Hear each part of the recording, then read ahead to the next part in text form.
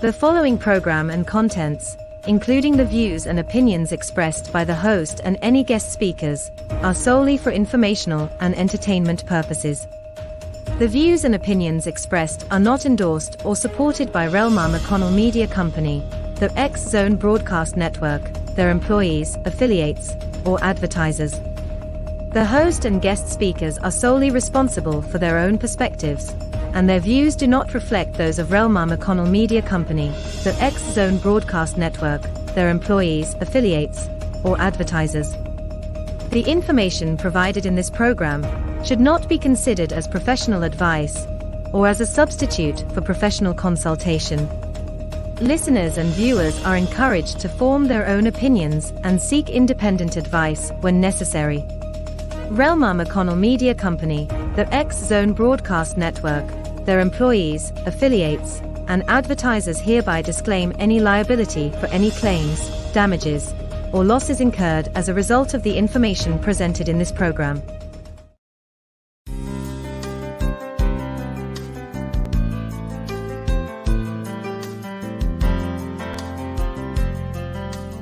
Welcome to Mission Evolution Radio Show with Gwilda Wiyaka, bringing together today's leading experts to uncover ever-deepening spiritual truths and the latest scientific developments in support of the evolution of humankind. For more information on Mission Evolution Radio with Gwilda Wiyaka, visit www.missionevolution.org. And now, here's the host of Mission Evolution, Miss Gwilda Wiyaka.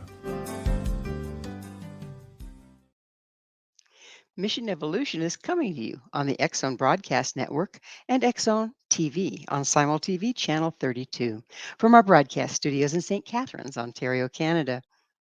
This hour we'll discover the sins of the ancestors, inherited trauma. Suffering over our suffering seems to have become a national pastime. When do we become so negative, always expecting the worst? Does our negativity originate from personal experience? Or is there something more to it? With us this hour to explore the origins of trauma is Judy Wilkins-Smith. Judy is the author of Decoding Your Emotional Decoding Your Emotional Blueprint, a powerful guide to transformation through Disentangling Multidimensional Patterns. Boy, I had trouble with that title there. Her website is judywilkins-smith.com. Judy, thanks for joining us on Mission Evolution. Thanks for joining us on Mission Evolution, Judy. Hi, Gwilda. It's lovely to be with you. It's wonderful to have you. I kind of butchered the name of your book, but I'll try to get it better next time. It's a mouthful. It is a mouthful. So, Judy, tell us a little about yourself. Okay, born and raised in South Africa, moved over to the US for business opportunity, and then got into this because my father was killed and it was either write books or go crazy, and I decided that writing books was probably the better of the two options. And then got into systemic work and constellations, only to find way down the road that it originated in South Africa and in fact with the Zulu tribe. And even bigger full circle moment was realizing that when I left the teaching hospital where I worked, the person who gave my farewell was a Zulu gentleman. And he said, "You may be leaving us, but you'll find a way to represent us in the world." And I laughed. And I do that every day. So tell me a little bit about the constellation work and how it relates to the Zulu. Well, originally it began with Bert Hellinger. He was a priest who went down to South Africa to go and tame the Zulus, and then found that he was intrigued by the fact that they didn't seem to have neuroses. They didn't bump into all of the problems that we do. And as he looked, he realized that whenever they had something, they would go and consult the ancestors to see what was off and what was happening. And the more he explored that, the more that became the body of work. And then he went and studied with some of the very, very bigs like Janov and all of those others. And then his own body of work came out when he realized that we speak to and are spoken through our family systems, and that it's both logical and transformational. And so now what I do is I'm an executive coach, and I teach systemic work and constellations, but my executive clients, of course, if I were to walk in the room and say, we're going to do this, would go, what now? So I've learned to be very logical with what it is. So I would say where I differ a little bit is most patterns, they work with to where they stop. I go, and then what? Because we know that there is an and then what? So giving a goal versus digging around in the problem. Or more like, oh, goody, I see where the problem was, and now we've got to the end of the problem. That's great. It's okay. So what do I do with this? Well, what we discovered, or what I discovered, was that right next to the pattern that wants to stop is the pattern that's trying to start through you. So it's often what looks like a train wreck is just crumbling apart so that you can take the gift and turn it into your purpose. So your purpose sits right next to your problem. Sounds like life as we know it right now, doesn't it? Very much. Yeah. Very So, much. so why did we start glamorizing suffering? I think we've done it for a long time. I think social media has kind of made meat of it. But if you look at all the big names in throughout history, you always hear they're amazing because they suffered through so much to get here. Well, I hate to break it to everybody, but we all have this thing called a life. And there are going to be ups and there are going to be downs. And we all have a story, and there are going to be ups and there are going to be downs. But we seem to have focused on the idea that the way to transformation and success is through suffering. And it allows us to feel like we belong. We see somebody famous who suffered, we go, oh, me too. So that must mean I belong.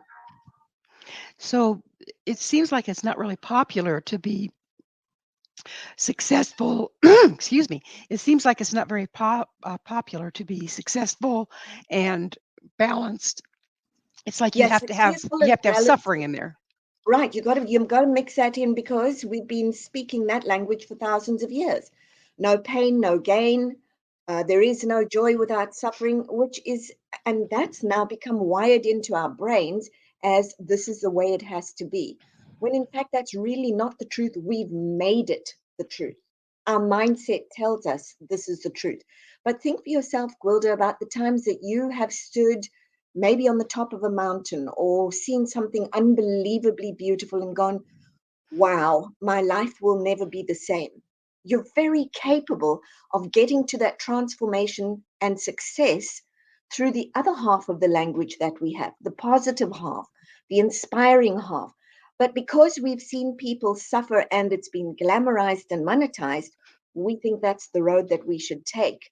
It doesn't do much for our bodies and it doesn't do much for our minds and souls.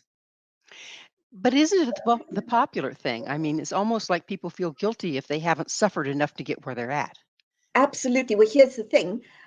With that, often it centers a little bit around money, and it's, well, why do you get to have the money? Well, because I suffered. I earned my way there.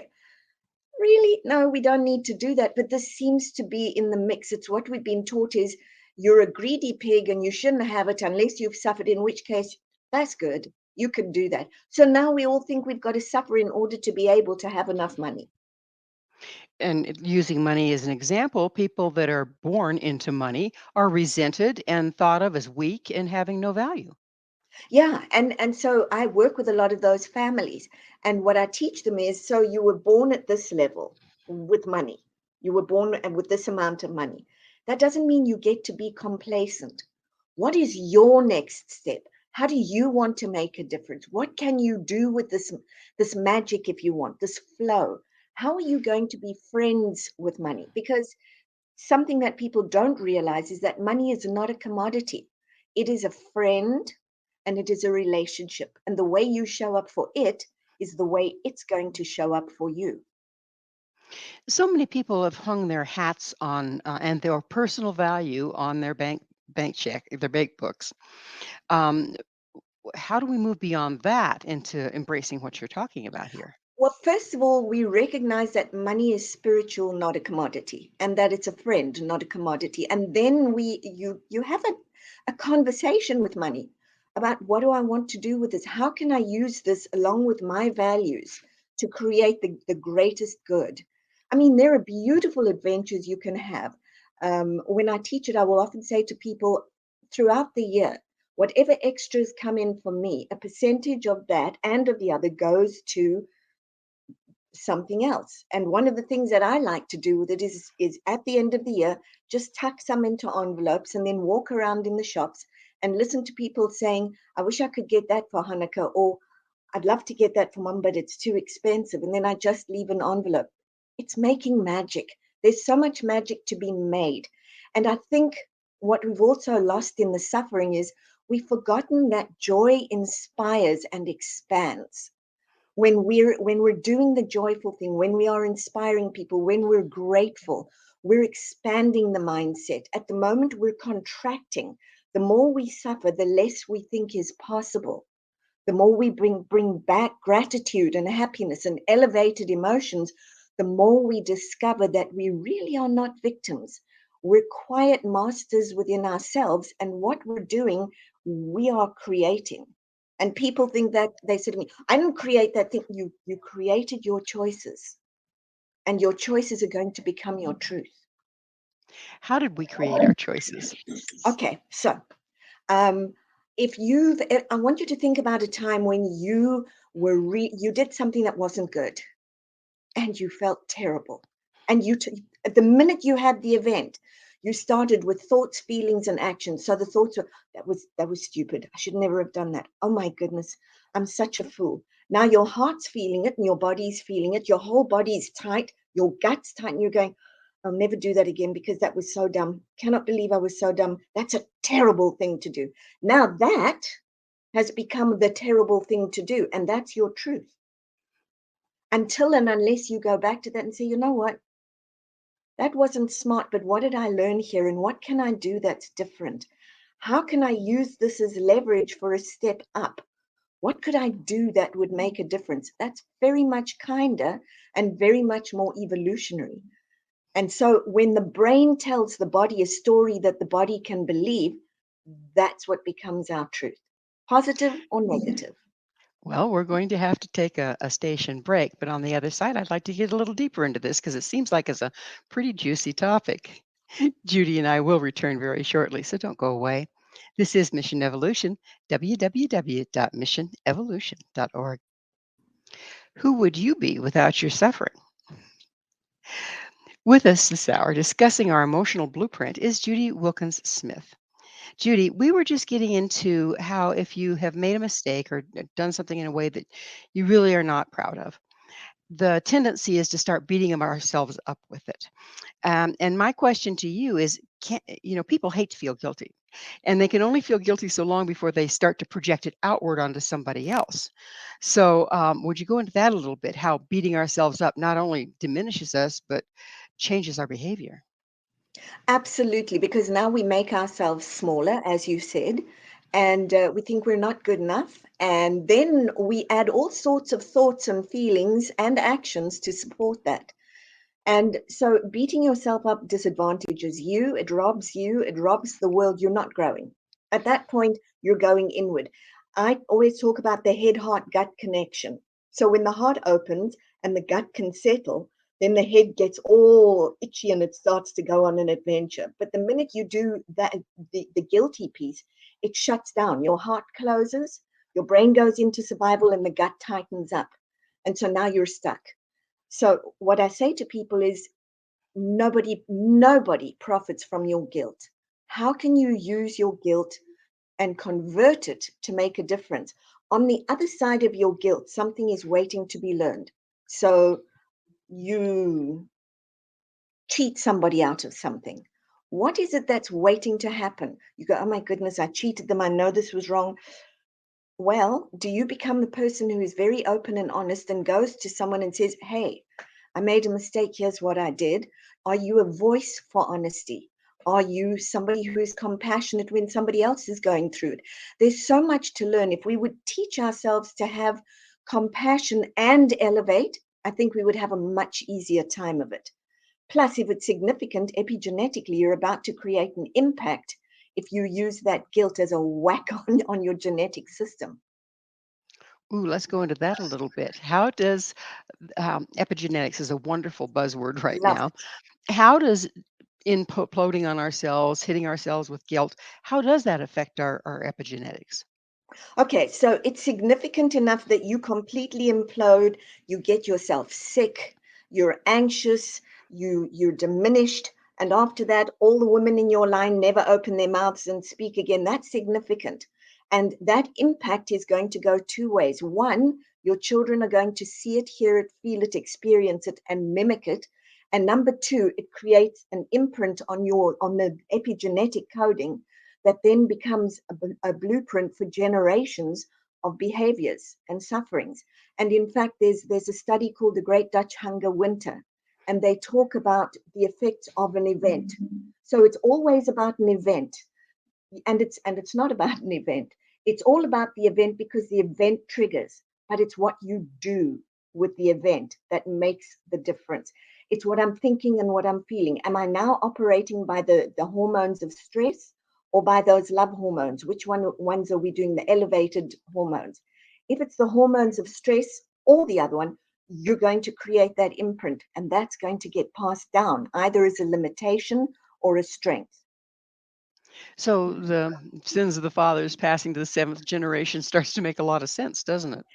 It does. And here's the piece with systemic work and constellation. So you have the sins of the father, but actually it's the gifts of the father. And I'll tell you why. You have a multi-generational pattern that echoes all the way down to you, and it's waiting for you to say, enough. I need to do this differently. We can't keep doing that. The gift to you is to ignite you to do something different that in turn shifts the system. So we're all interlocked. The minute you do something remarkable, the entire system starts to benefit.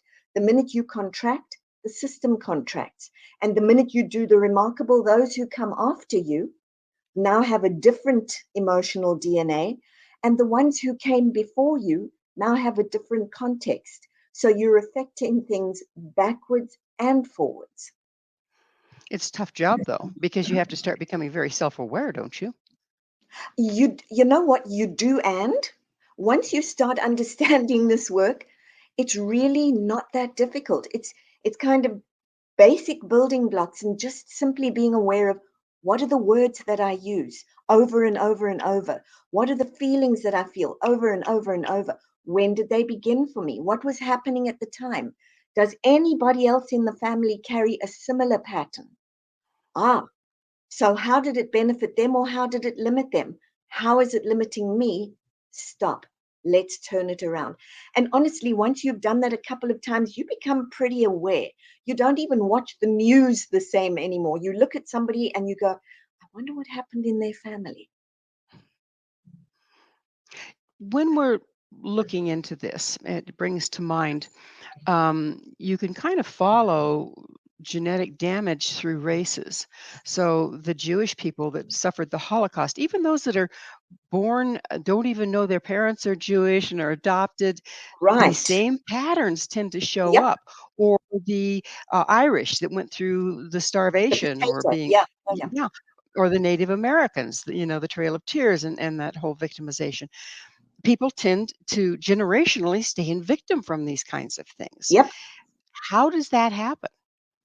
Well, two ways, epigenetically, number one, and we also hear what our parents said and their parents said. And so that epigenetic imprint is already there and we activate it, but we're also listening, hearing, and feeling. Now, even if you're not connected with them, the epigenetic imprint is going to hold. So it gets passed down and down and down, but it's truly the gift of our fathers. It's not the sins of our fathers because at any time we can choose to change it. And choice is huge. Once you realize that you have a choice, everything changes, even if the choice isn't that nice. How can it occurs to me that it's kind of difficult to tell when something's been passed down and you're coming from your genetics or your environment, or when you're really coming from how you feel about something or something that's triggered you from your personal life. How can you tell And the yes. difference? So if it's triggered from your personal life, then you're the one who's beginning the new emotional DNA. And you want to be aware of that. If it's come from before, you might find places good places to look for it. All of the sayings in my family, or all of my sayings. And then, where am I dogmatic? Where do I get inexplicably angry, sad, mad? Where do I have explosive reactions to something that's really simple? In other words, disproportionate reactions. Those are all places to go looking, because generally you will find that there are different patterns that are in play already. So if you run across, not if, but when probably, you run across one of these places, okay, I'm Yeah, going along with my life and all of a sudden something comes out of my mouth that reminds me of my mother, but it wouldn't have been something that I would say it doesn't feel like, yet I've said it. How do you break that pattern? What are the mechanics there behind breaking it so epigenetically and environmentally my kids don't pick it up? right. Okay, so here's what you do. And I laughed when you spoke about your mother, because I have a lot of people who say, I swore I would never be like my mother, and I open my mouth and out she comes. So how do you disentangle that? What you do is you become aware that you're doing that. You become aware that you have a pattern, and then you write down all your thoughts, all your feelings, all your actions. And what do I want to stop? And then you ask yourself one question. Okay, this is not something I want. So, what is possible here? What more is possible? And the minute you ask that, the heart begins to open, the brain turns on, the gut goes, ooh, something's happening here. And you really want to just pay attention to that. And it may sound like a crazy heart's desire. Pay attention to it. Start working with it and start following it, because it's what you were born for. It's your purpose is to begin swinging that around and elevating it. And you don't have to do it all at once. It's literally one new thought, one new feeling, one new action. The minute you do that, you're starting to rewire, and you're wiring in new patterns. And you'll see when you've done it one time and you get a result that makes you a little bit happier, you go, oh, okay. And you do it again and you do it again. We just So simply haven't been taught that. That's all. so you're burning your neurological pathways in your brain. So Absolutely. so it requires pausing before the mother comes out of the mouth and making a different choice. Is that how you do it? Absolutely. I want to tell my children, you need to tidy up now, immediately, immediately. This is mom speaking. And then I go, okay, who else said this immediately now? It has to be, wait, that was mom. The kids are in the middle of something. Would I like it if that were me? And there's not a really good reason for me to say immediately now. Okay, kids, when you finished, you've got 5 minutes. When you finished, I need those tidied up, please. It's very, very different than mom coming out your mouth. Or, oh, well, in our family, everybody has no money. Nobody ever has money. It comes in, it goes out. It comes in, it goes. I'm listening to myself and going, you know what? I would love if I could work with money in a way that I could build a nest egg, so I'm not going, it comes in, it comes, goes out, and it could come be friends with me. I'd really like that. Just that process alone begins the rewiring, because now you're sitting with a different possibility. And you're going, well, I wonder how I do that. And you're off. We're just about out of time in this segment, but the curiosity to me is we're talking about rewiring the neurological pathways, but Mhm. we're also talking about changing the epigenetics. I'd like to see how those interface. Absolutely. So we have just a little time. We can start and then finish on the other side of the Sure. break.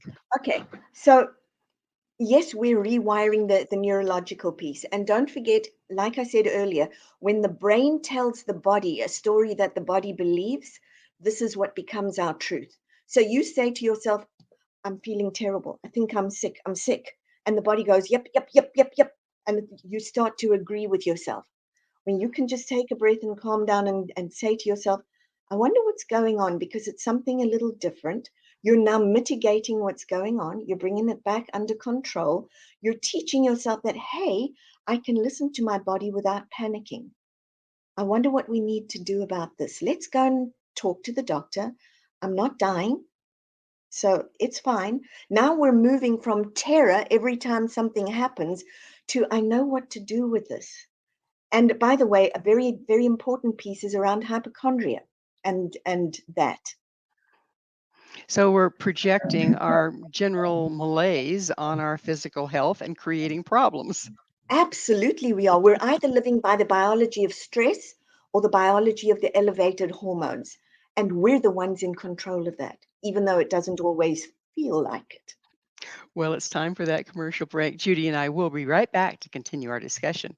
So you stay right there. This is Mission Evolution, www.missionevolution.org.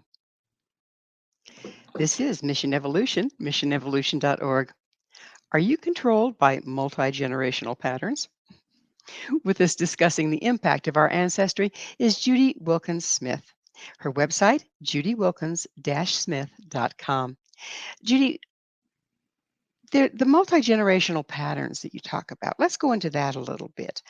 Um, so it sounds like it could be that even if we're adopted, these patterns persist with us, even though we haven't had the environmental impact.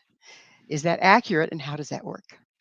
Absolutely. If you've watched any of the television series, Who Do You Think You Are, or if you've watched long lost relatives, you'll see often when they connect, what is the first thing they say? I sat with my mother or I sat with my grandmother, and oh my goodness, we even fluff our hair the same way.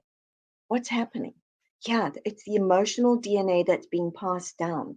And it's in the system and it's asking to be heard and it's asking to be worked with. It sits there. There's another piece. Whatever is excluded in a family system, anyone or anything that's excluded in a family system, creates a pattern that expands and repeats because systems don't like vacuums and they don't like holes. Everybody has a right to belong and everybody does belong. It's literally impossible to not belong. So you're connected to that all the time. We have a lot of, another buzzword is narcissism, and but there is a lot of narcissism in our societies right now, and a narcissistic parent will very often deitize one child and villainize another. Is that what you're talking about that creates these holes? No, no. When I say a whole, well, it could actually be that too. But let's suppose for a moment, good example here is somebody who is always excluded from a family. In fact, they will say, I don't go to family gatherings. I'm not part of that family. I don't want to be around that. When did that start for you? Well, it started for me when I was about 23 or 24. What was happening at the time? I got sick. Nobody could even see me. They didn't want to talk to me. I was like, she's just off on one of those. And that started the rift. And I never got over it because I was hurt. Okay, tell me about your mom and your dad and your parents, at least their parents. And we find that maybe 3 generations ago, great grandmother really did get very sick. She was institutionalized and nobody spoke about her again. Well, that's created a vacuum because now you've excluded someone. And as I said, systems don't allow that. If you exclude someone, their epigenetics, if you want, will echo down and start to express as a very similar life in someone like you. And so now all of a sudden you have no idea why you're disconnected from the family. You're identified with the one who was excluded before you. This would explain what many societies believe to be family line curses, wouldn't it? It would, yes, yes, and it is what you would call a family line curse, but it's also a family line possibility because it will keep echoing through until somebody looks at it, gives it its place, and does something different with it. So at all times, I always say to people, you know what? The universe is in support of you. It always will be. It always has been. And your system is the same. It's always trying to get you to move it forward.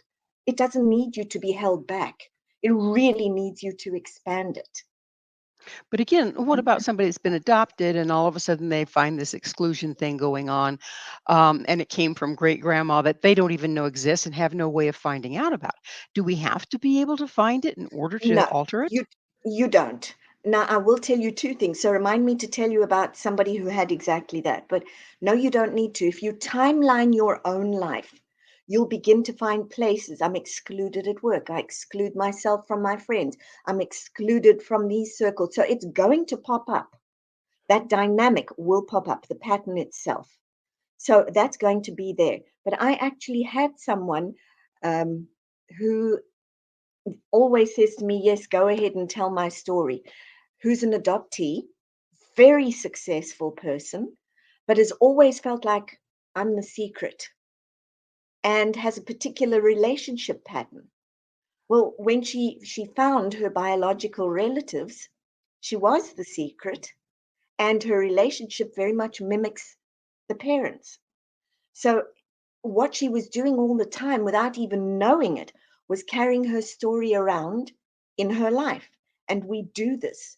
And where we think, I'm really a train wreck with relationships, or I'm awful with money, it genuinely may be that you're not awful. That's come all the way down. And it's saying to you, if you're awful with money, could we look at something a little different? If you're awful with relationships, how about we change that?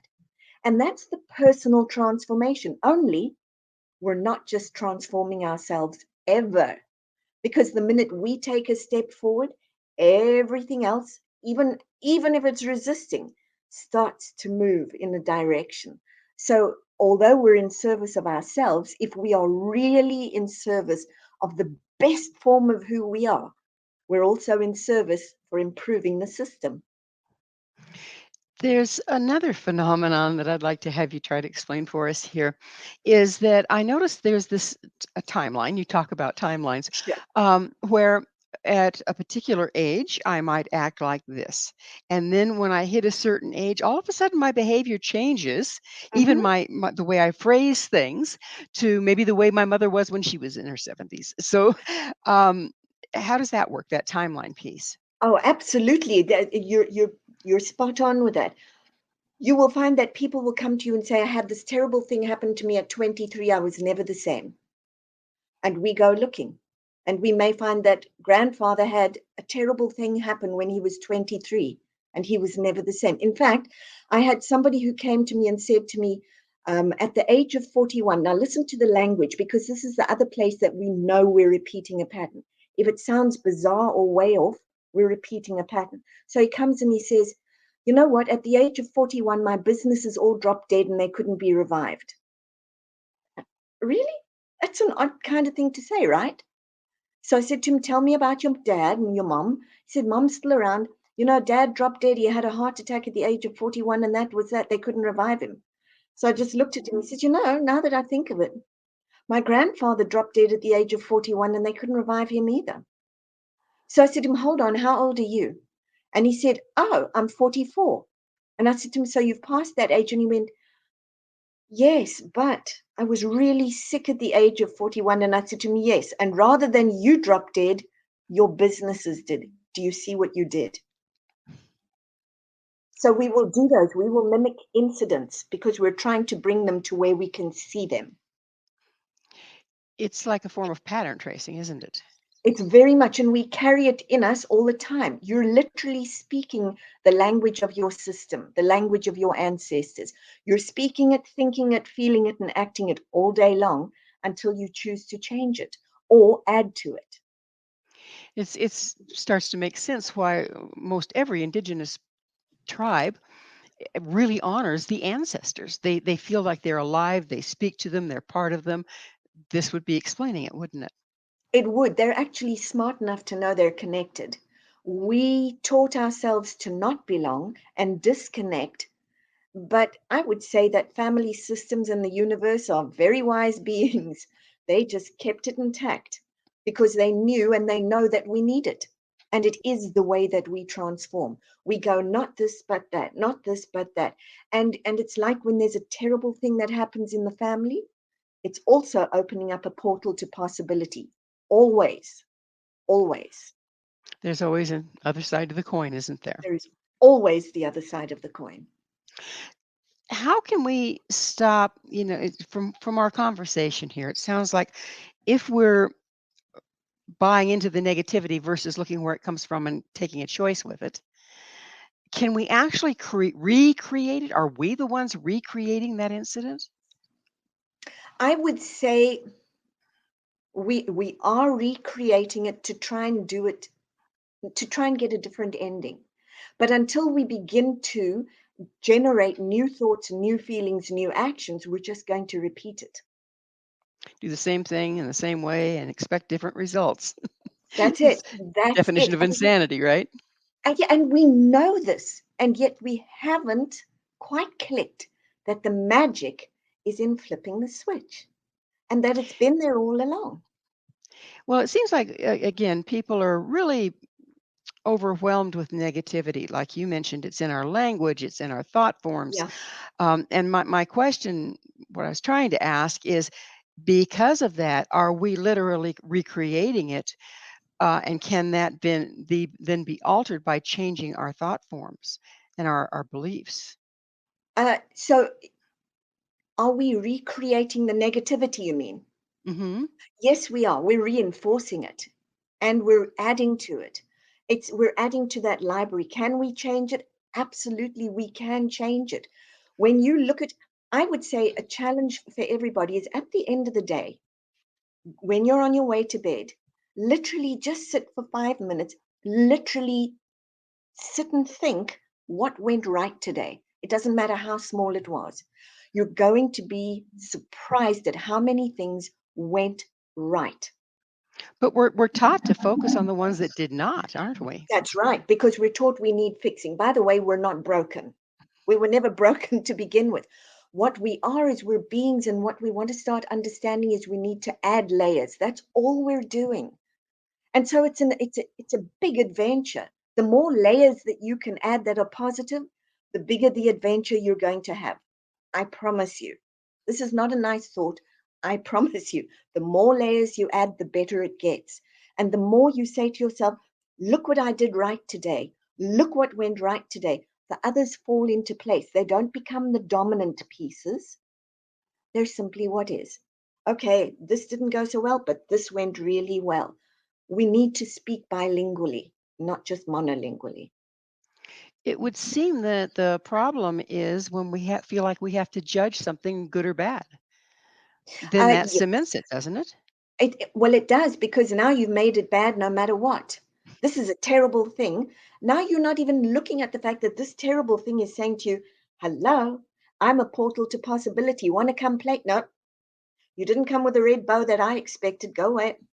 And we will literally push away incredible good. And when we push it away, does that then create that gap you were talking about, that hole? When we push it away, it creates the exclusion of that, yes, because now you're excluding your good. And we've become really good at excluding our good.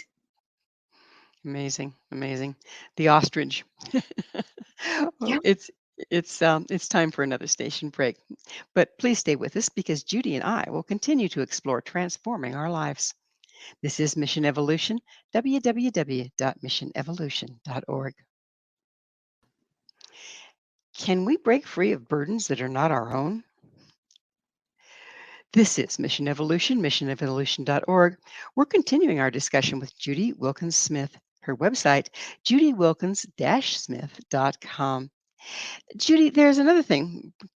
Again, it goes back to indigenous ways, but there's a belief in a lot of different tribes that if one individual of a family or of a tribe is sick, the entire tribe is sick. How does that relate here? Yeah, that's quite right. If one member of the family system is sick, the whole family system is sick.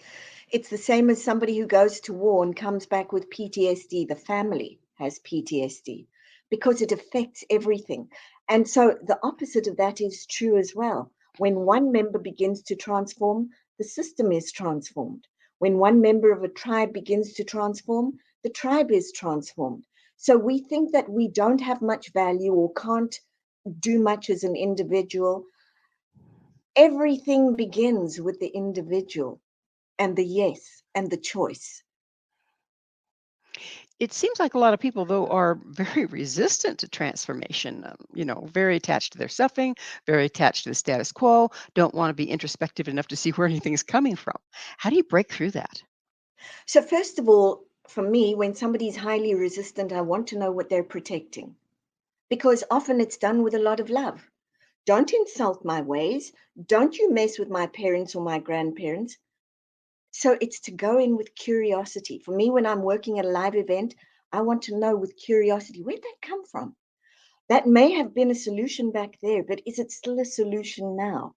If you were to honor your ancestors, would it be by staying sad, stuck, limited, or is it actually a way of honoring them to move forward and to say to them, because of you, me, which is very different. It gives us permission to shift. What happens? We talked about creating a hole or a gap. What happens when we do shift it and everything changes and transforms? Aren't we kind of leaving something behind with the old thing we're moving beyond? No, and that's the beauty of systemic work and constellations. When you transform something, you always acknowledge the piece that is stopping, but it has its place and it becomes a source of wisdom, something I refer to. I don't want to do that. I see what happened when people did. So it too has its place. Everything has its place. We don't ignore great grandma. Finally, she's been seen and re-membered back into the system. And so we honor that. We would acknowledge the institution. We would acknowledge those who took care of her. It Nothing is lost. Everything is added. It seems like also, the reference to everything is a season, a time to every purpose. Um, it would be tempting to judge against some of these things and say, no, we're not going to do it that way anymore. But isn't there a time when doing it that way is absolutely what's called for? Isn't that a bit of a trap? Uh, if we absolutely, if you watch generation to generation, you could see kids going, I'm not going to do it like they did. Parents were horrible. No, we've got to remember era, time, context. And sometimes that's why I said to you, nothing is excluded, because sometimes we may need to revisit that and borrow from that for wisdom here. So again, it's never excluded. It becomes that source of wisdom. And we're not doing this is, I don't want to get angry anymore. I'm tired of getting angry. Everybody in my house is angry. I want to be peaceful. You still have anger to thank for you for realizing that wasn't what you needed for you right now. Anger has its place. There's a fine line, though, between what you just described and shoving stuff into denial, isn't there? How can you tell the difference? Well, you're going to acknowledge I was angry in the first place. I've carried this for a long time. In my family, it caused a lot of discord and a lot of unhappiness. We could never talk about things. Let's see what happens if we shift it a bit. But my question always is, where did the anger begin? What was its origin and what was its purpose? Somebody was angry for a really good reason and they had to use anger at that point. Can we acknowledge that anger had a purpose right there, but that it stayed around after its season, as you put it, was done? And now it's time for us to give something else a season. It seems to me that most of the problems arise from not being willing to let go of things once their season is past. Oh, very, very, very much so. We think that because this is the way it was, this is the way it is. And it's not. We've got to be able to flow and say thank you to what's had its season. And may I visit you if I need something from you, information, whatever it is. And will you bless me as I do it differently? Can I rotate and see what more is possible? Because don't forget, we're not excluding this, but we're also adding to this. We're saying there was sadness, now we've also got gladness. It's kind of human nature at this point to try to find a way to hang your hat on something so that you Mhm. always know what's right to do and what's wrong to do, what's going to work and what's not going to work. Doesn't that kind of freeze everything in place and, make it more difficult to do what you're talking about? Well, it can, because societally it means, and we see this all the time. You shouldn't you shouldn't do that. I mean, you can't have a spiritual podcast and make money. That's just not right. Well, really? I suppose once upon a time it could have been that, but now people are wanting to pay for good content and you're wanting to deliver good content, which means you've got to be able to have money and play with it. So those two kind of do belong together, which by the way is another myth. It's never money or God, or money or love. They actually are quite good together. But it's just giving ourselves permission to expand and not be dogmatic, and understand, how can I use this now? Does that answer you? It does, but there's a lot of fear and dogma in our world right now. I mean, a Yes, lot of there our is. religions are built on it. Yeah. We're brought up to it. We're weaned on it. As individuals, how do we start recognizing where that's in play in our life? Well, I would ask you again, examine your words, listen to your writing, listen to your thoughts. People will say to me, it has to be this way. And I'll say, oh, you're a sinner. You were born into sin. You will die in sin. And then I look at it and go, if we're going to go those texts, I remember that the person who said that also said, you too can do more than even I can. And I go, so can we try some of that, please? Options, always options. Options. And are we going for the highest options? Well, it's that time in the show, Judy, when I have to ask you, what's your mission?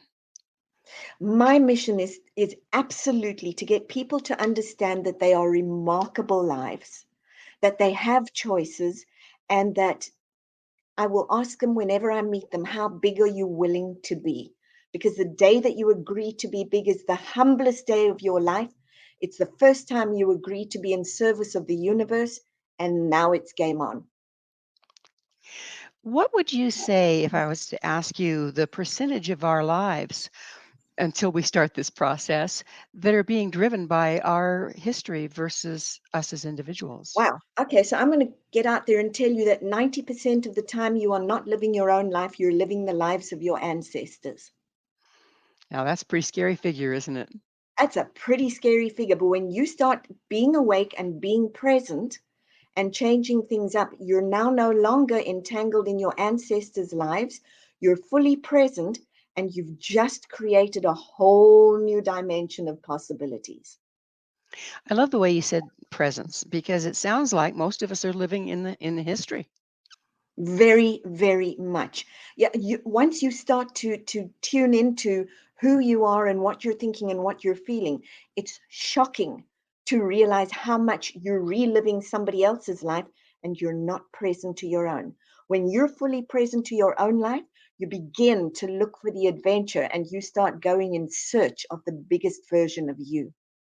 And don't you have to be present to stop, pause, and make a different choice? You have to be Absolutely. present with yourself and with what's going on. Absolutely. And challenge your beliefs.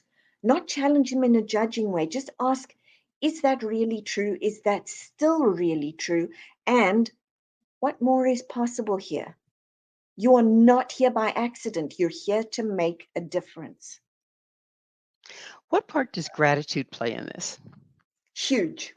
Huge, huge, huge. On the very odd occasion, if I go down, the first thing I do is I go for a gratitude walk. And then I look at how much I really do have, how much I really have done, how much I really have in terms of love and family around me. And go, so what was the problem again? Gratitude is huge. It's amazing, isn't it? It's like everything that you've been talking about. It sounds like giving gratitude for the very things we feel are negative is very transformative. It is. It also opens up the possibilities. Thank you for this lesson that came at me, or thank you for this piece that came at me. You know, thank you for the pandemic. If it wasn't for the pandemic, I would never have learned what Zoom was or had to get so proficient at it. I'm pretty darn grateful. Thank you for the pandemic. That's when I wrote my book, because otherwise I'd have been on the road. It's amazing what we can change, and when we haven't changed anything at all except our stance and our position with it. Yes, absolutely. And here's the joke: once you just change your stance, your focus swings open, and suddenly all the opportunities that were always there, you can finally see.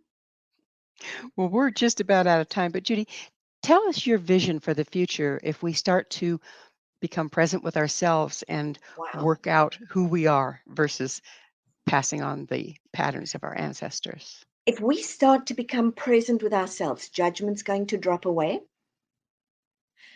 Possibility is going to swim into focus. We're going to get back, and I've been saying this and I get goosebumps every time I say this. We're actually poised to be the next greatest generation if we wake up. We will be the can-doers, the look what's beautifulers, the did you noticers, instead of the frustrateds. Beautiful vision. And unfortunately, we are out of time, Judy. Thank you so much for coming on the show and sharing your wisdom. Thank you so much for having me. This was great fun. Our guest this hour has been Judy Wilkins-Smith, author of Decoding Your Emotional Blueprint, a powerful guide to transformation through disentangling multidimensional patterns. Her website, judywilkins-smith.com. This has been Mission Evolution with Gwilda Wiyaka. For more information or to enjoy past archived episodes, visit missionevolution.org. And please be sure to join us right here next time as this mission continues, bringing information, resources, and support to an evolving world.